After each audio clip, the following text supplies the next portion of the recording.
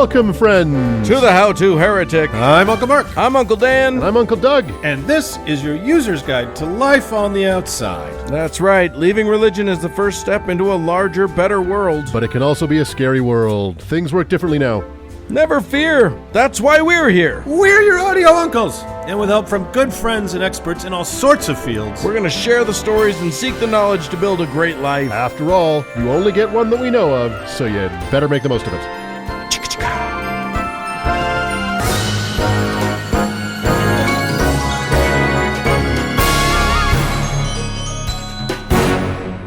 Hey, guys. Hello. 101 episodes. That's right. Yeah. 101. We're in the triple digits for real now. I thought we were quitting after last week. I thought that was the plan. Imagine you're surprised when I just showed up at your door today. I was like, okay, I'll get something ready real quick. Well, hopefully this show doesn't feel like we quit last week. I don't think it does. 101 episodes. This episode, by the way, brought to us by the good people at Raytheon. That's right. Raytheon, featuring the brand new Mark 7 drone. When you think invulnerable, death-dealing flying robots, think Skynet. I mean, Raytheon. Okay. Yeah. I'm glad to have them on board. And please don't hit execute. Don't drone me. Don't drone me, bro. Once we get through the drone segment, this week we're going to talk about a few things, and they're more after we recorded. They're more interrelated than one would have believed to begin with. So, I am going to talk about what possibly could be the origin of the fiery furnace. Yes, you are. And then I'm going to. And you're going to talk about my new kitchen implement. That's right. The spice rack from a real hell. Time saver. I'm going to talk about if you've got a beef. That's right.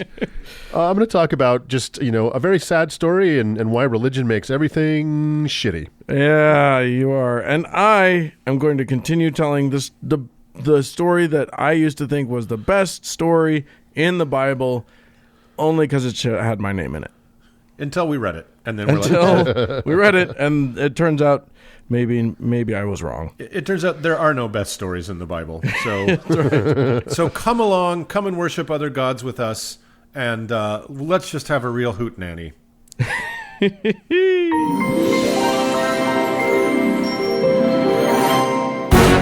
Hey, Uncle Doug. Here am I. You know what garden we haven't been to for a little minute? Eden, Gethsemane. I can fuck that word. Oh, you know what though? Sesame. I'm probably wrong. Is this a graveyard or a garden? We put them right next to each other, and it's hard to tell. Yeah, there's a lot of crossover. We bury a lot of people in the garden. We just moved the headstones. Pretty much, yeah. This one is the graveyard. Okay. The gods. Yeah. Graveyard of the gods. gods. So I got a god for us, guys, and this week, I decided it's been a while. Once again, I'm going to push through the creaky old gate of one of our most cherished plots of silliness here on The Heretic, the Graveyard of the Gods. We're in a very Charlton Heston mood this morning. So, and every one of us does a terrible Heston impression, so that's great. But everybody's Heston impression is good, even if it's terrible. Yes, indeed. It's like a Schwarzenegger impression. Yeah, exactly. So, unlike the last time, speaking of Schwarzenegger, I ventured into this repository of dead, useless old things. I won't be pulling a cheeky trick like I did by blathering on about Crom, the fictional god of Arnold Schwarzenegger. You tricked and us. Conan the Barbarian. This week, the spirit moved me to go with a classic. One of the big baddies of the first and by far most important half of the Bible, the Old Testament. Ooh. And with that spirit, with what the spirit delivered to me via a burning in my increasingly ample bosom, was the inspiration to talk about a god whose own bosom burned both brightly and heinously, if the stories are to be believed, and the jury is still out on that. So today, of course, I speak of Moloch. Oh, Moloch. Yeah, that's I was scary. waiting for it. Yeah, like a really terrified reaction. Yeah. So for those of you out there with the incredible and unlikely good fortune of never having read or even heard of the Bible, Moloch is one of those names many people have read or heard but don't know much about, other than he was an old god and therefore a bad one, and or maybe a demon. Modern ears maybe have picked up the name by listening to pretty much any evangelical goober naming him in relation to Planned Parenthood, or Glenn Beck's constant recitation of his name and that of his contemporary Canaanite co-god Baal, whom we discussed in yeah. episode 9, when talking about the Department of Agriculture, the Department of Education, George Soros, the Teletubbies, or the fictional War on Christmas. Yeah, Glenn really loves to trot out Moloch. It's got to be a tough world to live in where all your dials only go to 11. Yeah, that's right. Poor stupid Glenn. You'll break out crying at any moment. And then he'll cry. Yes, he'll accuse Sesame Street of being Moloch, and then he'll start crying. And before I get into this confusing god, first, a physical description. Oh. There are, for some reason, loads of 18th and 19th century Western depictions of this weird god, and basically they all boil down to this. Imagine the U.S. Farm Bureau started sending out a nightmarish advent calendar to promote the festive 12 days of beef. Seriously. All the depictions are of an anthropomorphized ox from the waist up, standing upright, wearing a very modest dress, with arms outstretched, ending in human hands, a big arched door in the groin area, inside of which is a fire, and in its chest and belly a number of little hatches opened up very much in the style of a Farm Bureau beef advent calendar. And if you don't believe me, Google it. I just did, and it's great. Right? Isn't it nuts? It's so silly. Oh, my God. So Moloch is mentioned just 8 times by name in the Bible and kind of inferred a few more times. Once in the Book of Kings, just once in Jeremiah, and 5 times in the most enjoyable chapter of the Old Testament, our old friend Leviticus. So Moloch is just before the weasels, but after the ossifrages. Right. So remember in episode number 77 when we were talking about the rather shaky origins of the Christian concept of hell?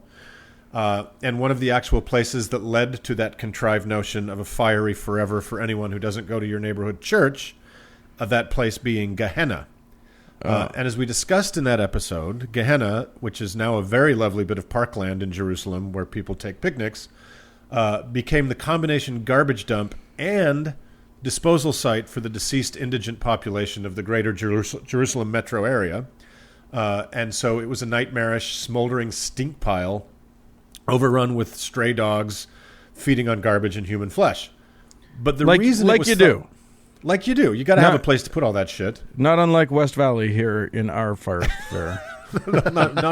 Unlike Taylorsville on the outskirts of Salt Lake City. So the reason it was thought suitable to use as a dump was because of its prior use as the valley where the temple of Moloch stood. And according to the Bible and its early adherents, this huge iron or bronze ox lady chest of drawers god was basically a furnace into which sacrifices were tossed, and very particular sacrifices, guys. This is why our pious Mormon friend Glenn Beck thinks the Department of Education is like unto Moloch, for that which was sacrificed in his flaming bovine interior was children, living children. Like you do. Like you did. So this causes such horrors in godly Christians, folks, that it does is hardly surprising, because if true, and again the jury is still kind of out, it speaks of a barbaric and gruesome past where human sacrifice was considered a good thing. Like I said, it's not surprising, but it is just a tad ironic as their very own white American Jesus was himself a human sacrifice in their cult of death, mortification, and blood magic. And on any given Sunday anywhere in the world where there's a steeple, you might be likely to hear the story of Abraham and Isaac told with hushed reverence.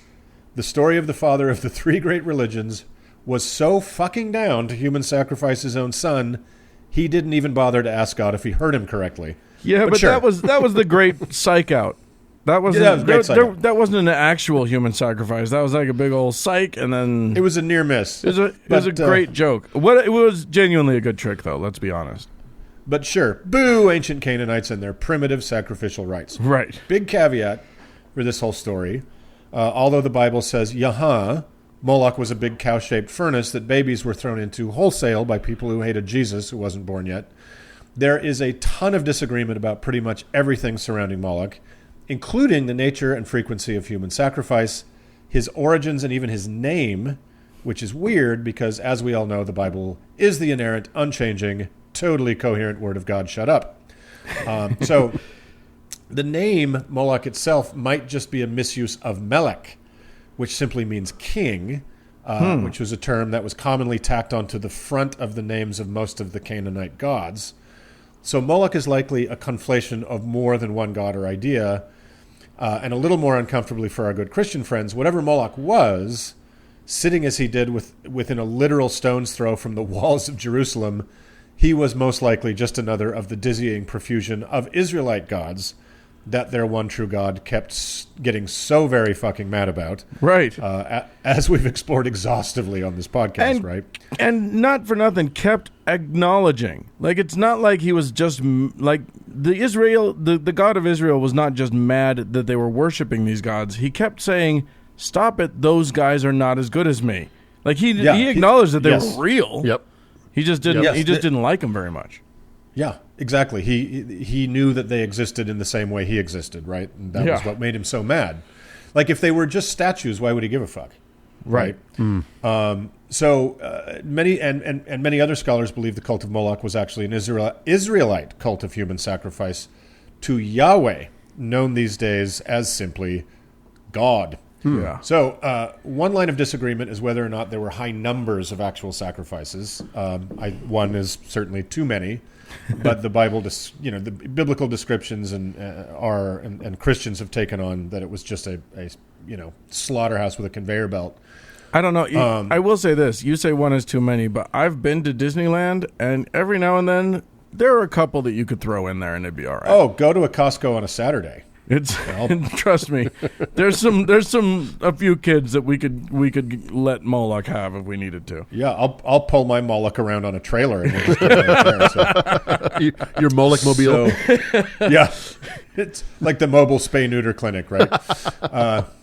So translations from the ancient sources are, as we know, fraught, and it may be that rather than being thrown into the fire and killed, children in Moloch country were passed or walked between two fires unharmed as a cleansing initiation or februation.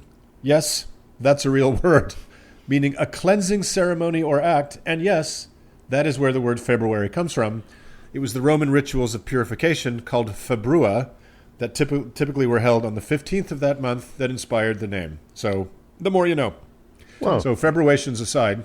There you go. In addition to the sketchy and essentially almost unreliable ancient texts, there is serious scholarship and actual science that has demonstrated some level of child sacrifice in the Phoenician/Canaanite world, specifically in Carthage in North Africa. Several ancient historians, independent of each other, describe horrific scenes of children being burned alive. One of them was Cleitarchus, and he has a fairly graphic description from Carthage, which was a Canaanite colony, and he was there in 146 BCE. Warning, graphic imagery to follow. And this is him. There stands in the midst a bronze statue of Kronos. Quick note, Kronos would be the Greek equivalent of the Canaanite Baal Hammon, which is another possible origin of the Moloch story.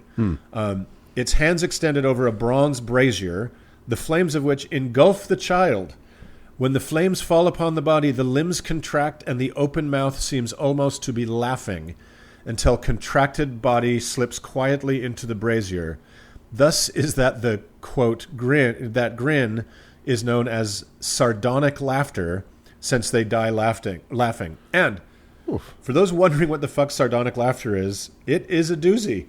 It is a real thing from the Latin risus sardonicus, also known as the rictus grin. And it is a smile-like appearance that can occur upon death, especially from hanging or burning. Jesus. Yeah. So you're welcome. I really hope that happens. Fuel. I really hope if I die in some gruesome way, I hope I go out creepily smiling. I like that idea. Something tells me you will. I feel like it. I feel like if any of us do, it's going to be me, right? It's going to be you. So you're welcome for the nightmare fuel of thinking of a smiling child burning alive. So Jesus. And here's a description from the explaining the Advent-style openings in the Burning Death Cow. Oh, good. I'm really wondering about these. From Colin de Plancy's 1865 French Illustrated Demonology, Dictionnaire Infernal. And he says, Moloch was the god of the Ammonites, portrayed as a bronze statue with a calf's head, adorned with a royal crown and seated on a throne. His arms were extended to receive the child victims sacrificed to him. Milton wrote that Moloch was a frightening and terrible demon covered with mother's tears and children's blood. Jesus. Rabbis claim that in the famous statue of Moloch, there were 7 kinds of cabinets. The first was for flour. The second, it's like one of those things in your kitchen, right? Flour, sugar, coffee. Oh my God, I want this in my kitchen. Oh my God, we should You make want a Moloch spice rack? Yes, so much like more than anything I've ever wanted as a kitchen device. I want this thing We're more gonna than make this happen. all of my Instant Pot money is now going directly to my Moloch cabinet now. Your Moloch kitchen caddy. Yeah, So the first was for flour. The second was for turtle doves. sure. The third for, and it says this, an-u, A-N space E-W-E. Yes, and you. And-u. The fourth for a ram. The fifth for a calf. The sixth for a beef. A beef? A beef. And the seventh for a child. So It is because of this Moloch is associated with Mithras and his 7 mysterious gates with 7 chambers. When a child was sacrificed to Moloch, a fire was lit inside the statue. The priest would then beat loudly on drums and other objects so the cries would not be heard. And clearly, then they would use the different cabinets to make a lovely shepherd's pie. Well, here's Yeah, a you just question put I've got. Is the beef, is that a cow? Or is that Yes, just the kind of beef, a I long-running think- disagreement you've got with somebody? That's where you put your quibbles. Yeah, it sounds like it's kind of a tandoori, Dan. Yeah, Use a I mean, little it sounds like brick oven. It feels like you could get a really nice, or maybe if you take out your beef and your ewe and your ram and everything, you could use them for raclette, which would be delicious.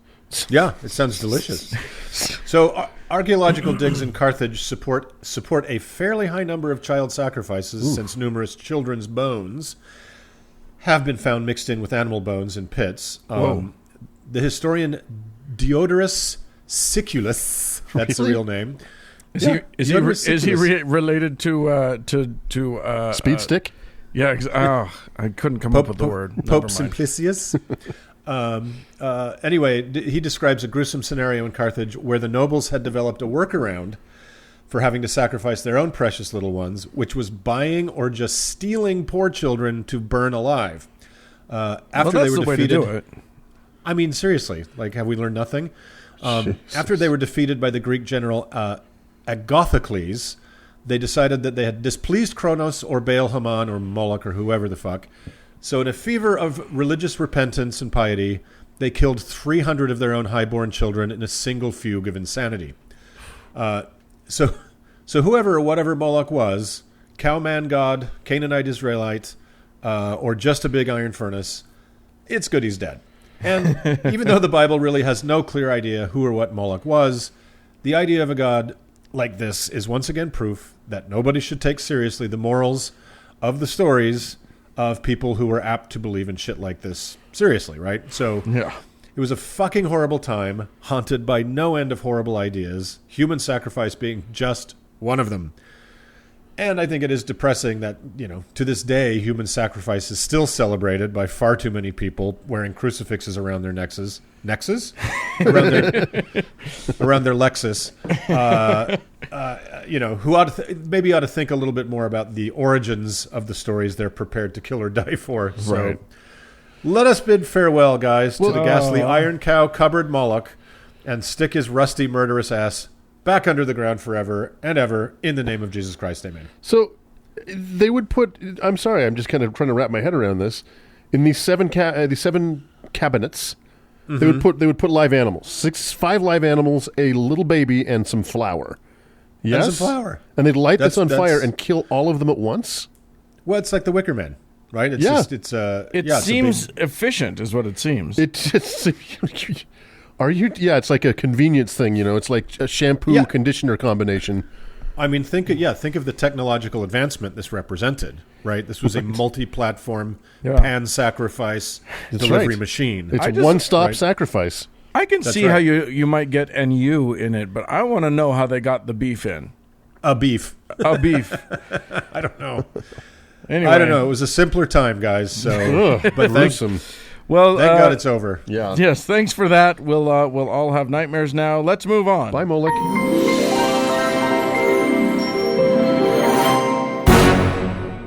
Uncle Dan. Yes, sir. Hello. Do you remember when we were youngsters? I remember when Rock was young. Back, Me and me and Susie. Susie had so much fun. Oh, it was a Who do you think Susie was? Who do But you, do you who do I remember? think? Susie was actually a guy named Ron. Yeah, exactly. Back when we were youth, there used to be a thing on the TV that would come on at 10 o'clock at night that would say, "It's 10 o'clock. Do you know where your children are?" Do you remember that? Yeah, I do remember that. Yeah. That's I don't know why I was creepy thinking and about that. awesome. Yeah. Well, I was just thinking about that. Yeah, it's a good thing you thought about that because I want to talk about a parent who did not know where his daughter was for a good 9 months. Oh, Sure. That's going to be a lot of fun. It's- I can feel that we're about to have a lot of fun. Yeah, this is a pretty fun Like one. like me and Susie. Yeah, exactly. Well, Yeah. we're sometimes pretty hard on religion on this podcast. And it's pretty much our stated position that religion, at the very best, tarnishes anything good, and at worst is a needlessly destructive force that causes massive damage to everything it touches. Well, I need to see more proof of that. Exactly. Lest anybody listening to our voices think that we are being too hard on religion. It's that it's a good environment to raise children. That there's some bad stuff, but it's better than no belief system. Well, hypothetical listener, today's segment is for you. We're going to talk about a true story, one that is unfolding actually as we speak, that pretty much demonstrates how religion stains everything and how much better the world would be without it. Today we're going to talk about Elizabeth Smart and her father Ed. Yeah. We're going to tread really lightly here because all the people we're going to talk about are still alive. Yes. And some of them are victims of incredible trauma, the likes of which we cannot This imagine. is a true horrible family. Yeah. tragedy. Gentlemen, these are Mormons. They're all victims of trauma. That's right. That's right. true. That's Yeah. not even a joke. No. No, it's true. Yeah. And were it not for the fact that this saga has reemerged in a wholly predictable but unexpected way, it would be just another tragic and sad chapter from Utah/Mormon history. However, Yeah. just a couple of days ago, Just another portrait John McNaughton forgot to paint. right. Just a couple days ago, Elizabeth's father, Ed, 64 years old, stunned the world with the admission that he is indeed a gay man. Stunned literally 0 people. Right. So I tried to fake a gasp there, and I couldn't even do it. Right. The fact that he's a gay man is not much of a surprise to those of us who followed this saga back in 2002. While his daughter was kidnapped, Ed would make nearly daily appearances to the press in his driveway. How can I put this correctly?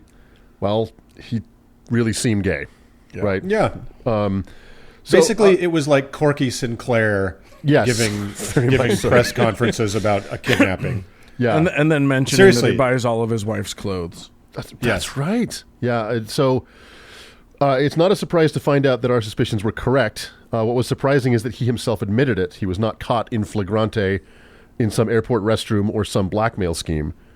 Ed made the considered decision to publicly come out, in spite of how the story would be received by his friends, family, and the world at large. Most of us ex-Mormons know older men and women who are married in the church with children who are obviously gay but will never come out and will die, therefore repressed and pretty miserable. Yeah. Such is the shame and ostracization that come with admitting that you are who you are to those who are supposed to love you unconditionally. So, Yeah. before we dive into the story of Ed, we need to go back and talk about his daughter, Elizabeth, which is why we know Ed and the Smart family. Yeah, we really shouldn't know anything about these people. Right. We should have known. This is just a boring family Yep. until. Yeah. Back in 2002, when a 14-year-old Elizabeth was kidnapped right out of her bedroom and disappeared into the foothills around Salt Lake City. In a very high-end neighborhood. Very high-end neighborhood, correct.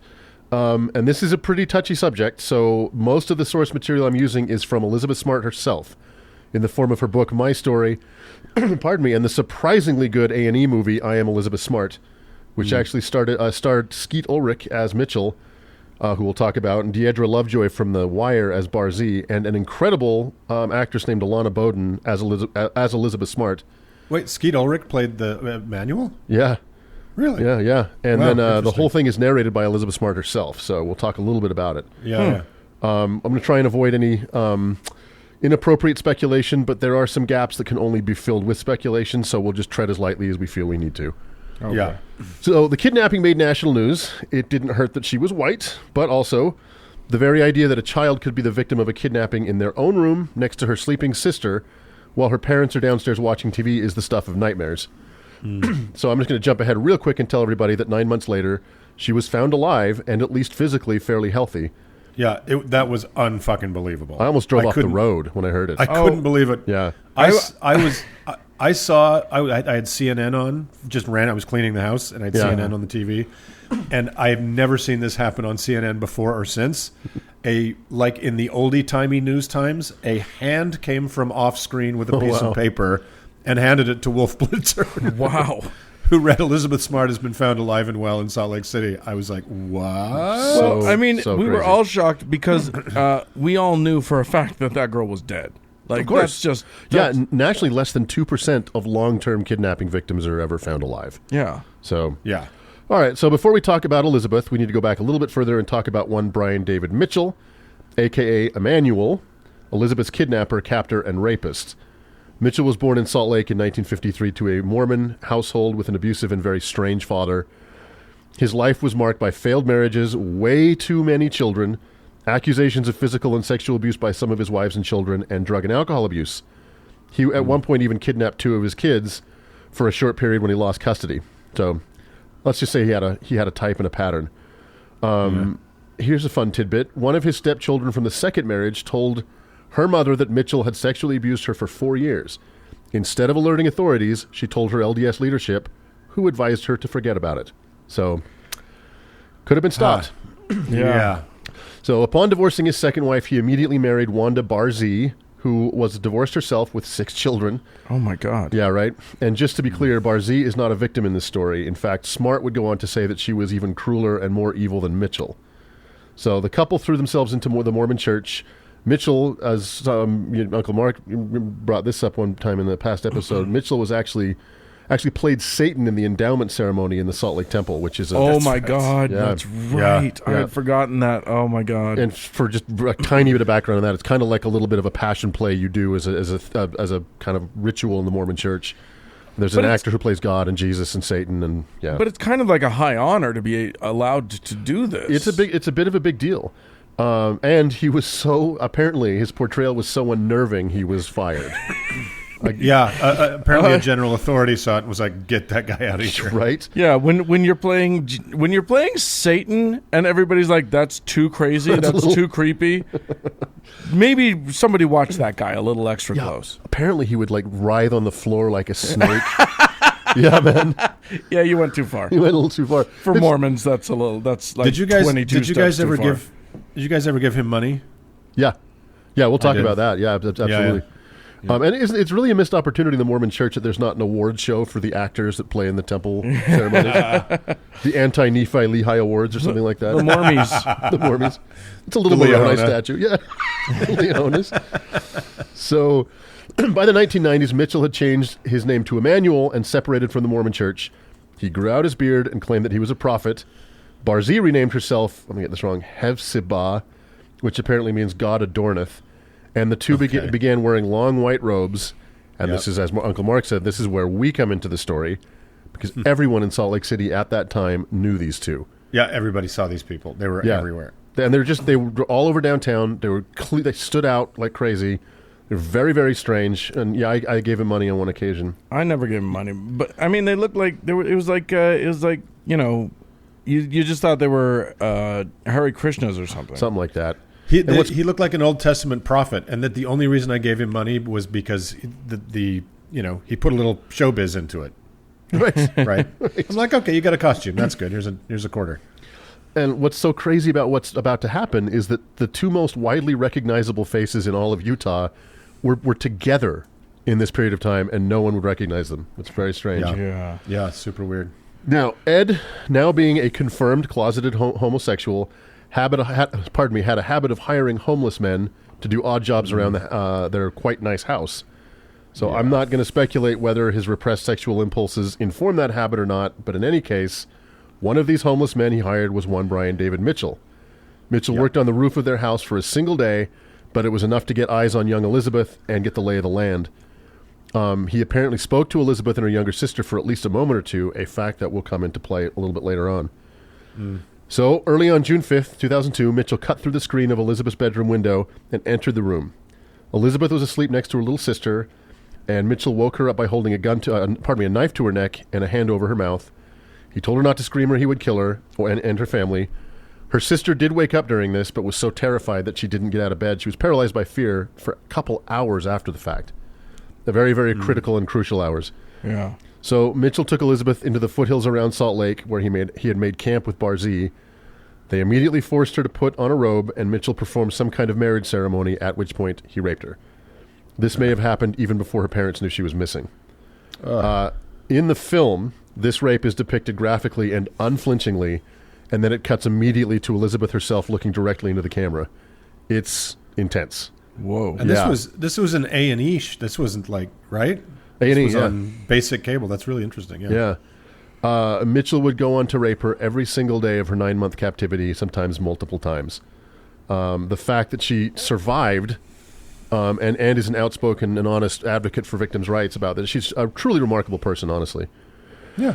So when news broke the next day, search parties were formed with several thousand volunteers combing the area. I never did one of the search parties, but I know a ton of people who did. Did either of you guys go join in the search? No. No.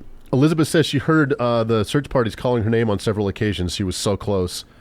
The reason she did not cry out or try to escape later in her captivity when they cut off her chain was by her admission, partly out of fear for her life and partly because of the guilt of having been raped. She had been told by teachers in the Mormon church that once a woman had given up her virginity, she was like a chewed-up piece of gum that nobody would want anymore. Yeah. That was the specific language. The more Mitchell raped her, the more valueless she felt, and the more she was convinced she would have no place in her former life.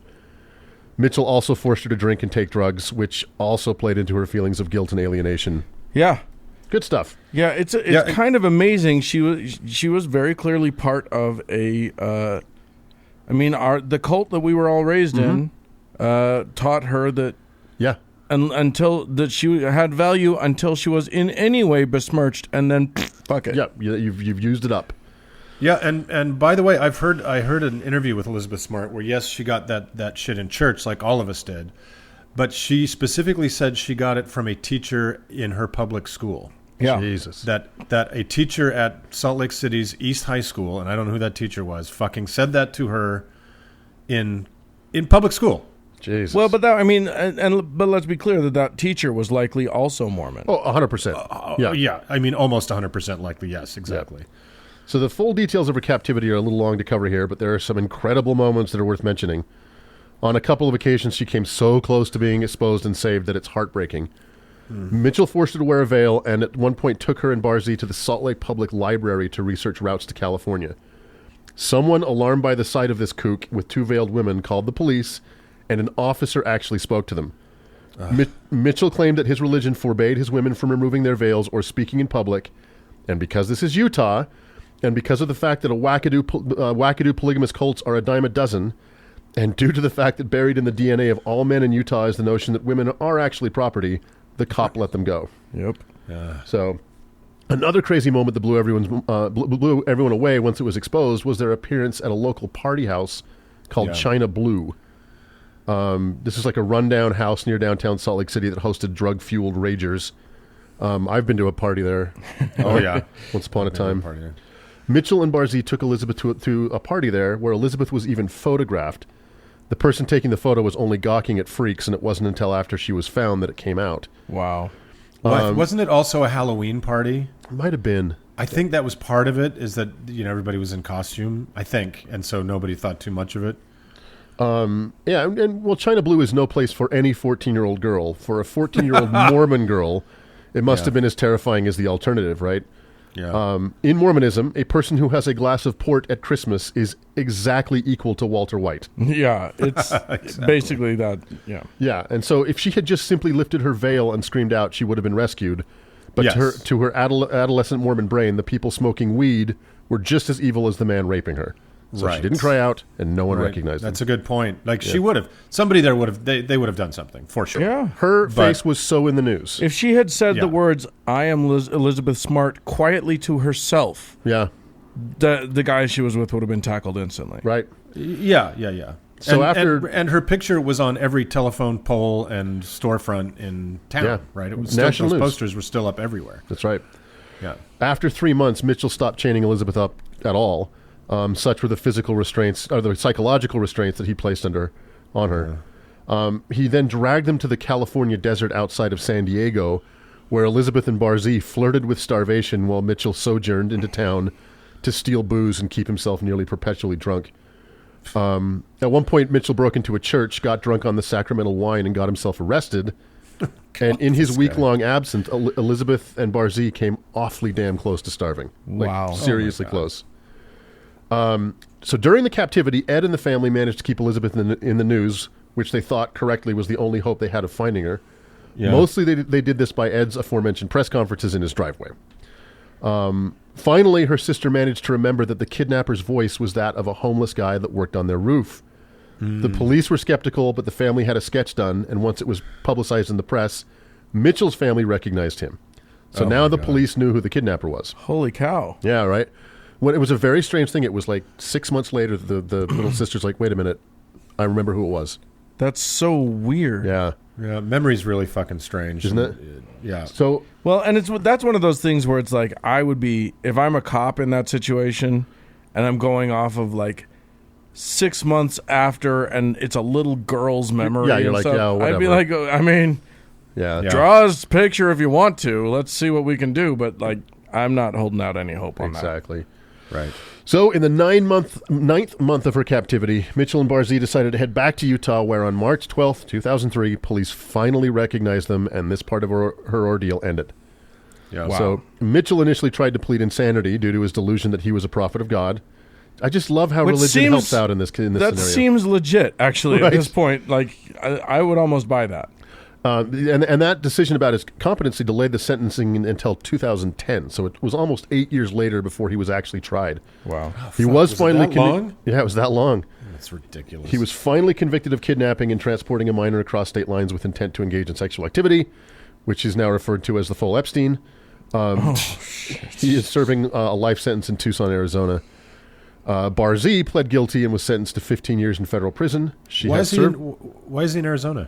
I'm not exactly sure why it ended up in Arizona. It was because they crossed state lines, and it might just be that's the penitentiary that he ended up in. Well, and He's in federal pen, right? Yeah, That's once he crossed the state lines, it became a federal thing. Yeah, and it federal wasn't crime, the state right. of Utah. The state of Utah never figured out how to Well, prosecute him. kidnapping is a federal crime anyway, right? Right. I don't know. Barzee served her time. Don't take legal advice from a podcast. Yeah, exactly. Barzee actually was released from prison in September of 2018, a decision that Elizabeth Smart obviously protested. It's good that she's out on the street. She's rehabilitated. Smart would go on to be a child safety activist. She founded the Elizabeth Smart Foundation. She got married. She had 2 kids. It's pretty remarkable that she managed to make the recovery that she's made, honestly. Oh, for sure. Yeah, and then this brings us to last week, when Ed posted a letter on Facebook acknowledging the fact that he is and always has been a gay man. This letter is pretty sad and painful to read, mostly because of the shocking reality of anti-gay sentiment in the Mormon Church today. Yeah. Here's a couple quotes from that letter. This is one of the hardest letters I have ever written. Hard because I am finally acknowledging a part of me that I have struggled with most of my life and never wanted to accept, but I must be true and honest with myself. It is in this same spirit that I wish to share the news that I have recently acknowledged to myself and my family that I am a gay man. The decision to be honest and truthful about my orientation comes with its own set of challenges, but at the same time, it's a huge relief. I have mostly watched in silence for years as many LGBTQ individuals, both in and out of the Church of Jesus Christ of Latter-day Saints, have been victims of ridicule, shunning, rejection, and outright humiliation. I didn't want to face the feelings I fought so hard to suppress, and didn't want to reach out to tell those being ostracized that I too am numbered among them, but I cannot do that any longer. Some will say that I have wasted my years here by not coming out sooner. Others have said you're giving up so much for so little, and you know how the Lord feels about gays. They have concluded that I've chosen to waste my remaining years by leaving behind some rich and amazing gifts. Both are inaccurate and fail to do justice to the deep conflict involved in not being honest with myself and others for so long. Acknowledging I am a gay man is freeing, but it also hurts many of those whom I love very much. So, God damn it. This is the last quote from here.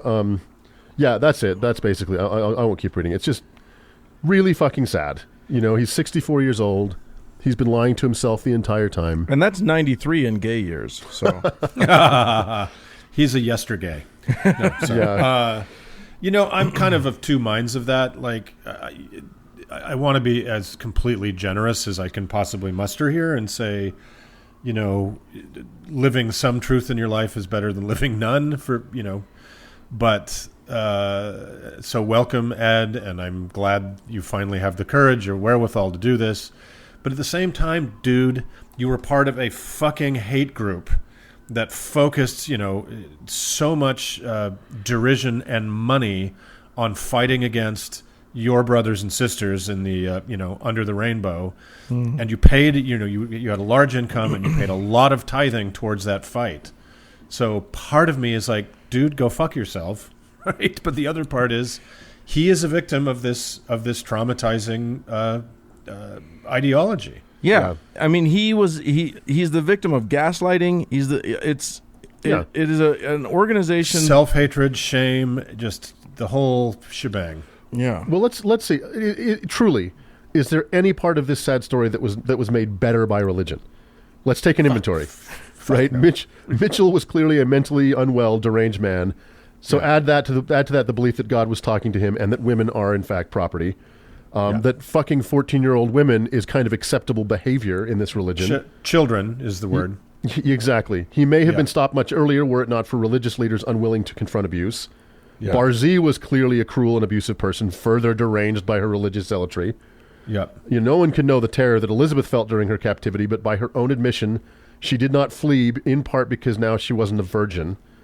And her captivity could have been shortened were it not for the fact that in our fucked up religious society, seeing women forced to cover their faces and forbidden from speaking is just something you see on the street and not a cause to call the police. Yeah, or it is a cause to call the police, and then the police are fine. And they don't do anything about it. That's a moment where the police officer needed to say, women, whatever your religious belief is, I need you to now tell me that I'm you're sorry. Okay. I don't give a flying fuck about your stupid ass religion. Yeah. I need to see this person is not a kidnap victim. Yeah, you need to show me your face and you need to tell me that you're okay. Yeah. So there you go. A real happy story made all the better by religion. Well, and also a nice old guy who never got to be who he really was until now. Yeah, and understanding that this is not an isolated case. Yeah. This is happening through the entirety of the religious world. Yep. Yeah, well, that's. I think that's the point you made at the end, Doug. That there is nothing about this story that religion made better. Right. And in fact, this story probably. I've always said this about the Elizabeth Smart thing. I think this could only happen in Utah in a weird way, right? Right. Because where else is a girl? He called her through the window. He didn't go in the window and get her, right? He called her to come to him, and only in Utah, I think, would because of the patriarchal bullshit, would a girl be inclined to do that. I think any place else they would scream. Well, I want to be careful here. By her version of the story is that he came in through the window and woke her up in bed. That's her version. I'm wrong. Yeah, I just want to be careful. She was there. Nevertheless, she had ample opportunities to scream out. And she had been taught, she had also been, yes, the virgin thing, but she had also been taught plenty that it's not a woman's place to speak out against a man, that, she had been taken down all of the pegs that religion takes women down. Absolutely. Yeah. And I don't want to say that Mark, your point about the patriarchal nature of this state 100% played into her state of mind. Yeah, absolutely. Sure. Yeah, sure. All right. Well, good for religion, I guess. And let's welcome to the dark side, Ed. Just wish you'd done it. Wish you'd done it a long time ago. Yeah. All right. Let's move on.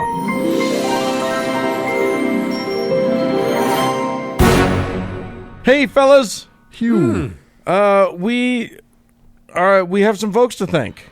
Why don't we do it? We will. We've done this for 100 episodes, and a few people have decided that it is good. And they looked and beheld that it was good. Uh-huh. Yes. And they've decided to chime in with some cash. And they moved upon the face of the support us tab. That's right. Yes. So we have some people to thank. So thanks, and I feel like this is really appropriate for this episode. Thanks so much to Daniel. Ooh. Thanks to Sam, to William, and to Sarah. Yay. So all of you are amazing people. And, the rest of you, listen, we know how many of you listen to this damn show. Yeah. So we can see you. We literally can see you on the map, so knock this shit off. Yeah, exactly. We're the ones that are sending you that threatening email that we know what your password is, and we've got video of you. We've seen you during sexy time. That's right. Yes. So if you don't want us to reveal those pictures, go to howtoheretic.com and click on that support tab and help us out. Just throw a little bit into the kitty. Yep. And if you can't do that, and listen, I know that we have one listener in Guyana, and you are listening to this now. We know you. Time we know to who jump you in are. there with some Guyana money. And we've got one listener in Lebanon. You're a Canaanite. We know what's up. Throw some shekels in. And even if you can't do any of that, wherever you are, 2 listeners in Sri Lanka, you can go to whatever place you can buy stars for free. Hit 5. Hit it again. Don't stop hitting it. Here's the thing. Some of these listeners can't do that because they're in a country where literally they could be put in jail or put to death if they're found listening to an atheist show. Totally worth the risk. What I'm saying is all of you who live in the comfort of some swanky first world country that has at least for a little while longer some freedom of religion. That's right. We're looking at you, Greenland. Pick up the slack for those who can't jump in. So we're really looking at you, Greenland. We want you. We are that. You're ours now. You belong to us. That's right. So do what you can, and we'll keep doing what we do. We're going to keep on keeping on, and let's move on. Let's do it.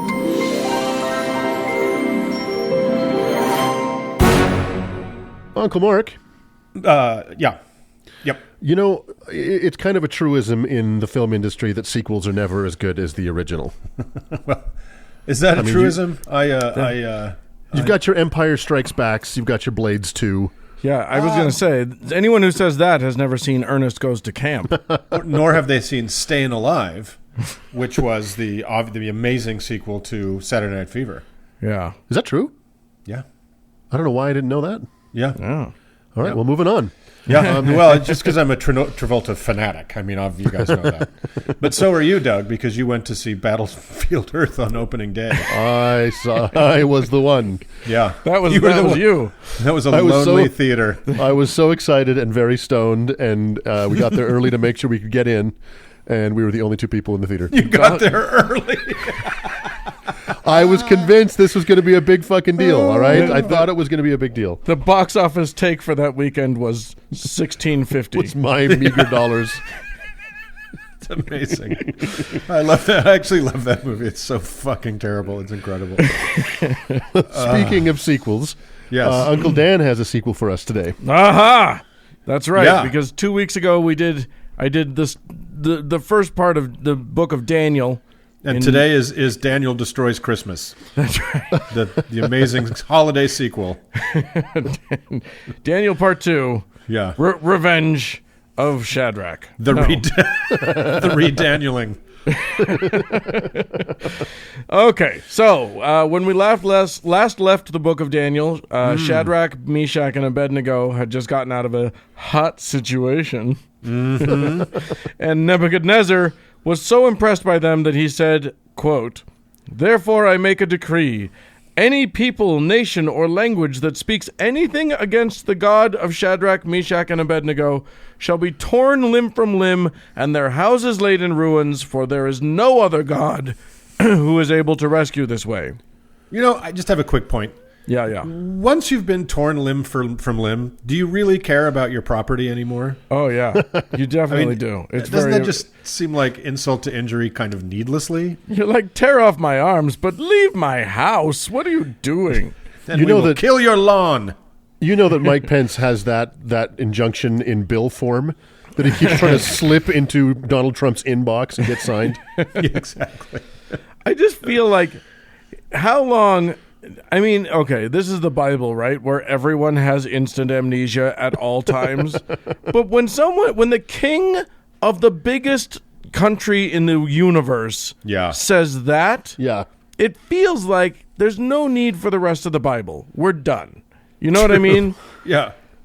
I think that could be said without modification on every page of the Bible. Yeah, Yes. yeah. It just keeps happening, and we'll just demonstrate that. There's amply. really no need for any of it, but yet here it is. But yet here it is. So yes, Uncle Nebuchadnezzar is super on board with the Hebrew God now. Yeah.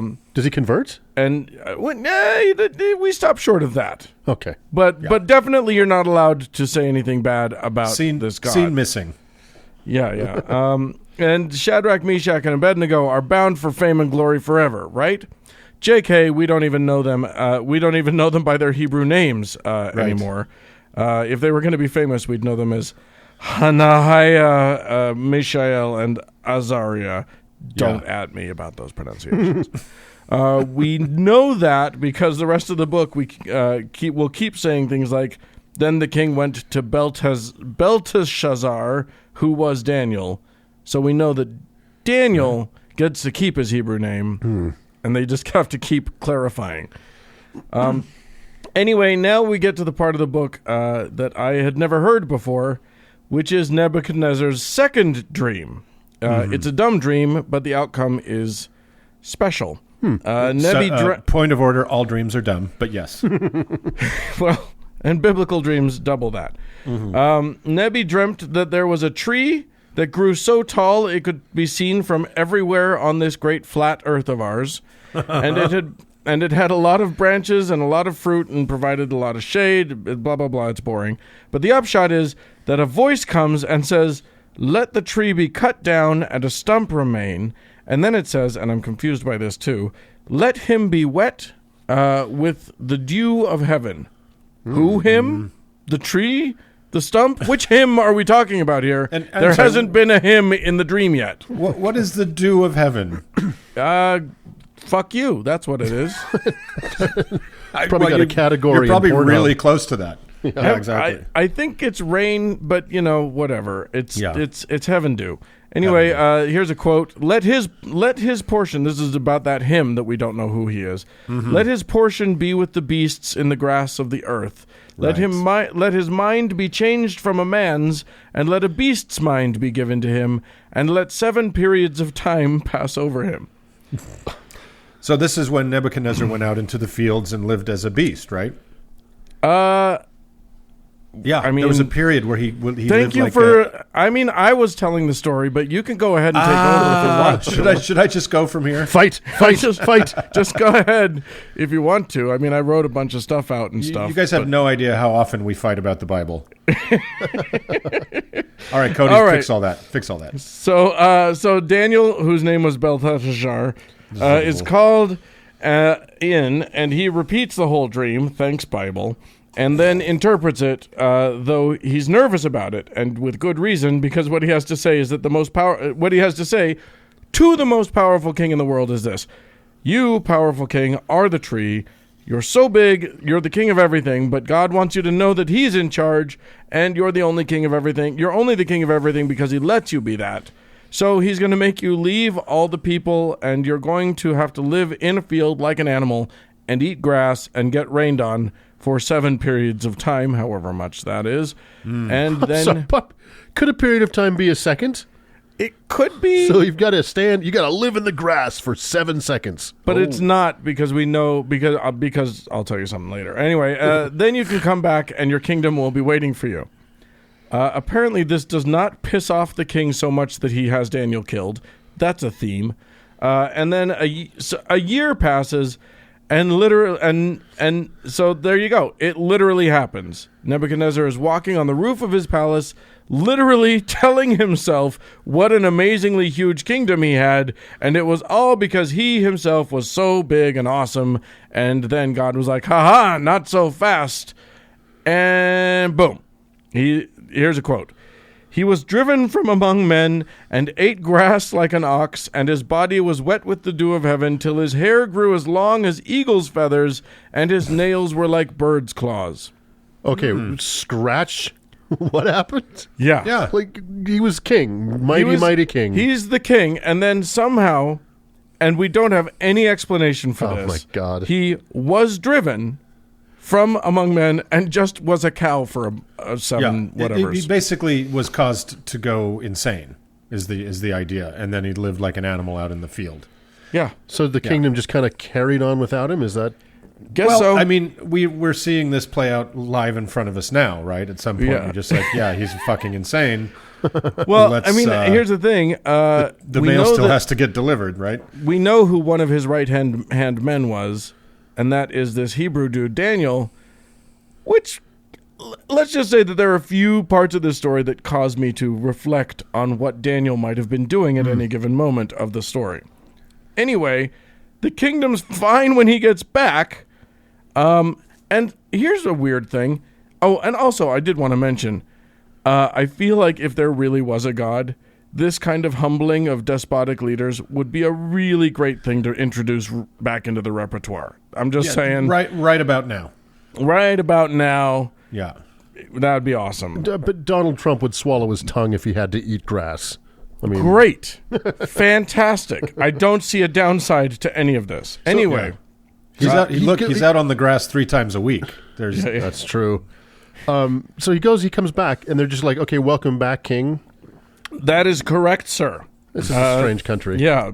And strangely, the book switches right in that moment from being written in third person omniscient to being suddenly written from Nebuchadnezzar's point of view. It's now first person, and he's really? like, and basically I guess it's so that we get him saying, "Whoo, boy, that Hebrew God, he's no joke. We all totally get on board with that guy.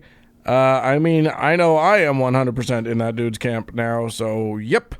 It's Yahweh or the highway for me. Now give me back my kingdom," which they did. And he proclaimed unto the whole kingdom that the Lord of God of Hebrews, oops, he's dead. It's literally, suddenly you turn the page and there's a new king. So I've invested so much in Nebuchadnezzar. Nope, we've learned nothing, and let's just keep going. Okay, all those lessons are gone, and now his son, Belshazzar, is now the king. Belshi is carousing with his buddies. Yeah. Totally drinking out of the gold cups that his dad stole from the temple when he sacked Jerusalem. Remember that? Oh, yeah. The rare biblical callback.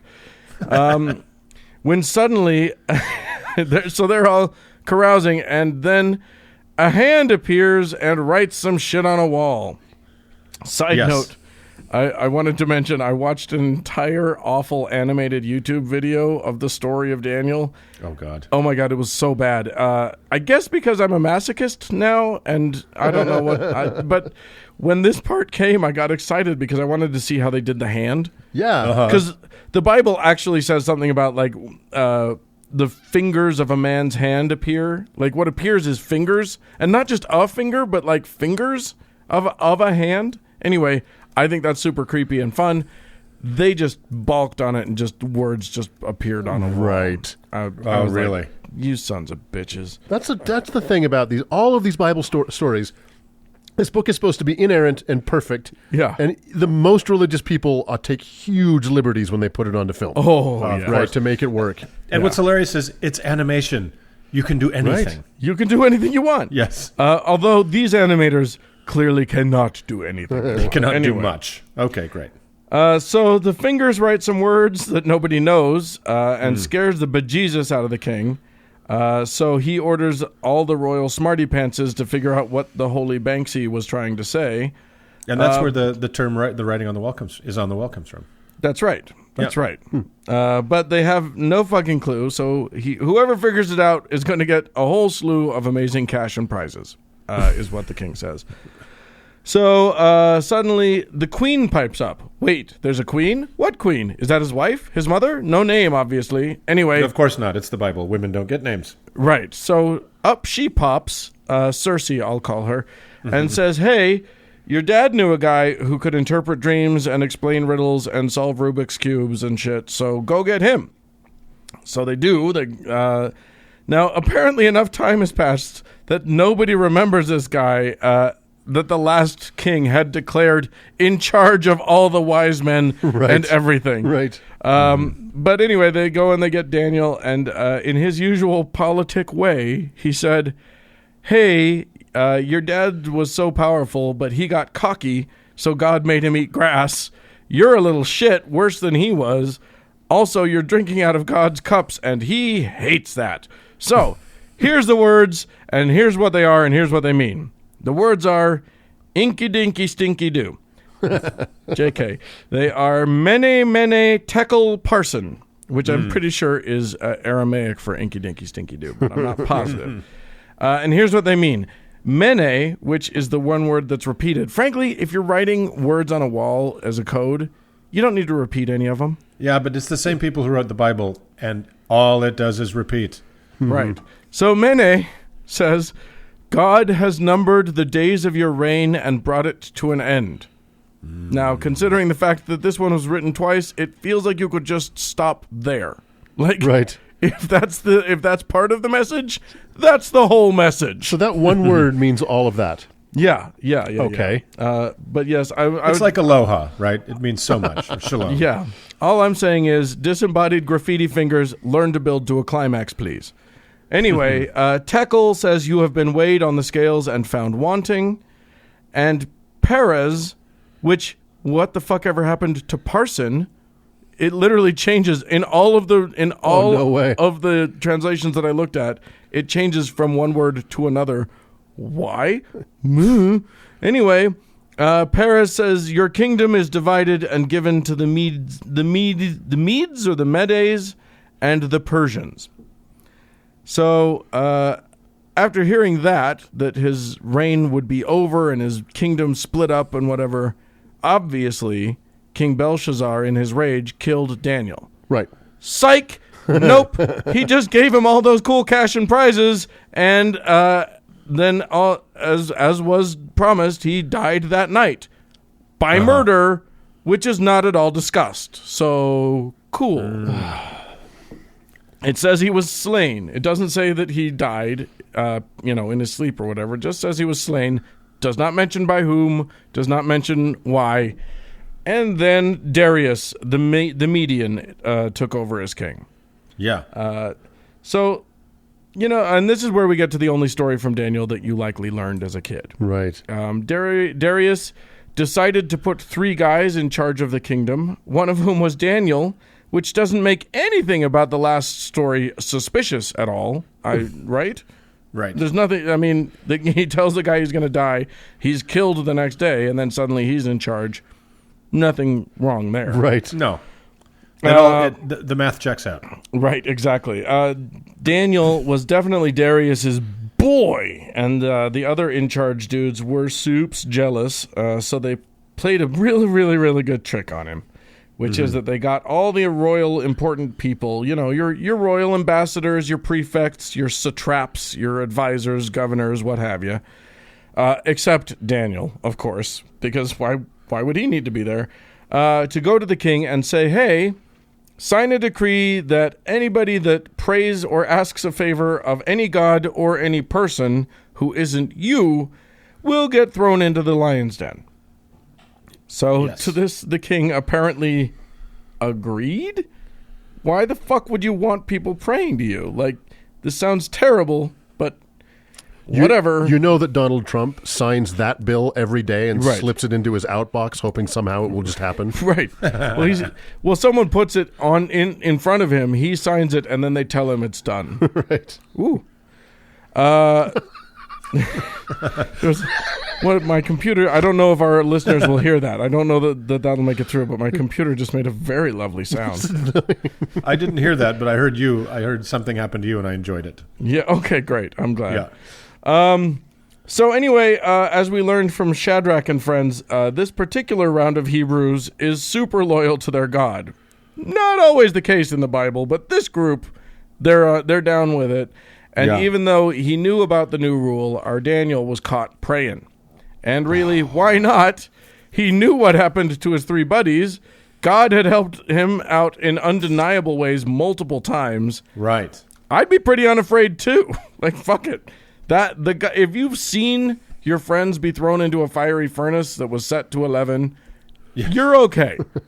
You're going to be fine. So He did it. The rest is, unfortunately, actually just kind of boring and stupid. It's the part that I used to love as a kid, but it's meaningless. Darius is sad that Daniel got tricked, but rules is rules. Right. So they throw him in with the lions. Next day, he's fine. Darius is happy that Daniel's okay and chucks the bad guys into the lions. Yeah. Apparently, their God didn't save them. Well, I love the idea, too. The king's like, God, I wish there was something I could do here. Yeah, I'm the law's the law. I'm just a king. I signed it, so Right. I guess I'm just So, yeah. bound by it. Yeah. So there you go. Darius proclaims throughout the kingdom that everybody has to, quote, fear and reverence Daniel's badass God, which keeps fucking happening. Right. And nobody apparently pays any fucking attention. The last verse of Daniel chapter 6 says, "So Daniel prospered during the reign of Darius and the reign of Cyrus the Persian." The end. What is the fucking point of this book? However, Ta-da! it is not actually the end of the book. Oh. I'm not going to do the rest of the book. Basically, chapters 7 and 8 go back in time to King Belshazzar's time again and fill in the gaps, which to me is just bad storytelling. Were there gaps? Mess. Apparently. And the lions were the only part I Please ever tell me really he cared had about. some more dreams. I'd love to hear about those. Right? Yeah. Right? It seems inevitable. Yeah. So- the Bible as dream journal. I love it.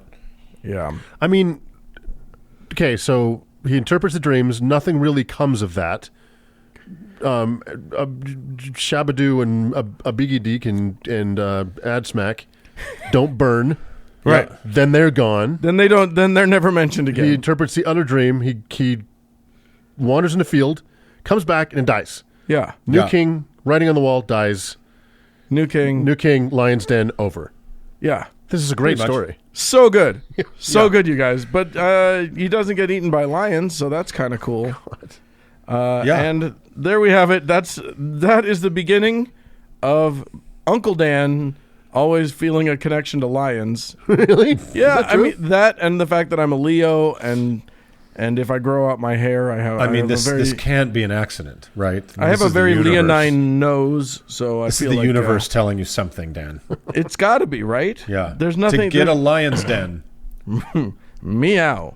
Anyway, I will say this. It is shocking how many times my own fingers misspelled my damn name while I was writing notes on this thing. But other than that, that's where we're at. That's totes the story. Well, what a pointless waste of time that was. Yeah. You're welcome. What a gripping yarn, and what really critically important moral tales we can take from that. Yeah, I feel like that's the nice thing is that we know we can. So let's take a minute and list those. Yeah. and we're done. And shit, Yeah. I don't know. Yep. No, we're done. That was it. So, Okay. all right. Well, great. Thanks for Daniel. You're welcome, everybody. Let's move along. Let's move on. go eat some grass.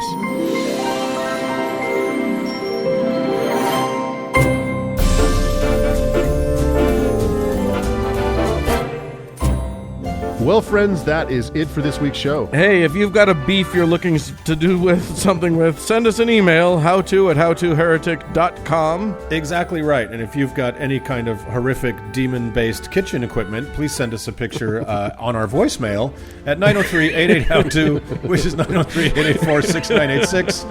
And you can also leave a voice message on Twitter for me at howtoheretic. Oh, and thanks to our awesome patrons. Yes, and thanks so much.